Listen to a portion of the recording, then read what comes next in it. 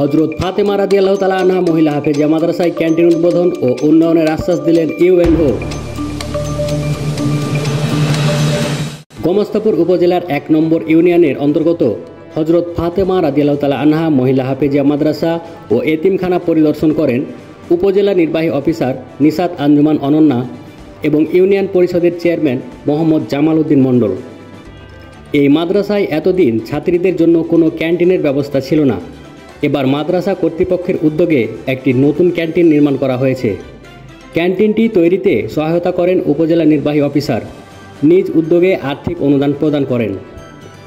পরিদর্শনের সময় অতিথিবৃন্দ পুরো মাদ্রাসাটি ঘুরে দেখেন, ছাত্রীদের সঙ্গে মত বিনিময় করেন এবং তাদের ভবিষ্যৎ নিয়ে দিক নির্দেশনাও দেন।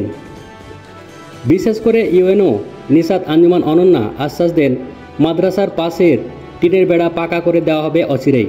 এ মাদ্রাসায় রয়েছে 220 জন ছাত্রী, 11 জন শিক্ষিকা, 2 জন রাঁধুনি এবং 1 জন নিরাপত্তা কর্মী। এখানে 3 বেলা খাবার ও আবাসিক সুবিধা সম্পূর্ণ বিনামূল্যে প্রদান করা হয়।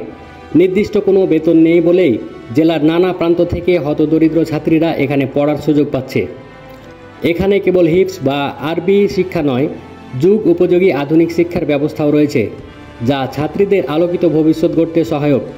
এ মাদ্রাসার প্রতিষ্ঠাতা ও পরিচালক আনারুল ইসলাম কলিমুদ্দিন তার নিরলস প্রচেষ্টাতেই এই প্রতিষ্ঠান আজ এ পর্যায়ে পৌঁছেছে। সামাজিক দায়িত্ব ও সহানুভূতির দৃষ্টান্ত হয়ে উঠেছে এই উদ্যোগ, যেখানে ধর্মীয় ও আধুনিক শিক্ষার মেলবন্ধনে গড়ে উঠছে ভবিষ্যৎ প্রজন্ম।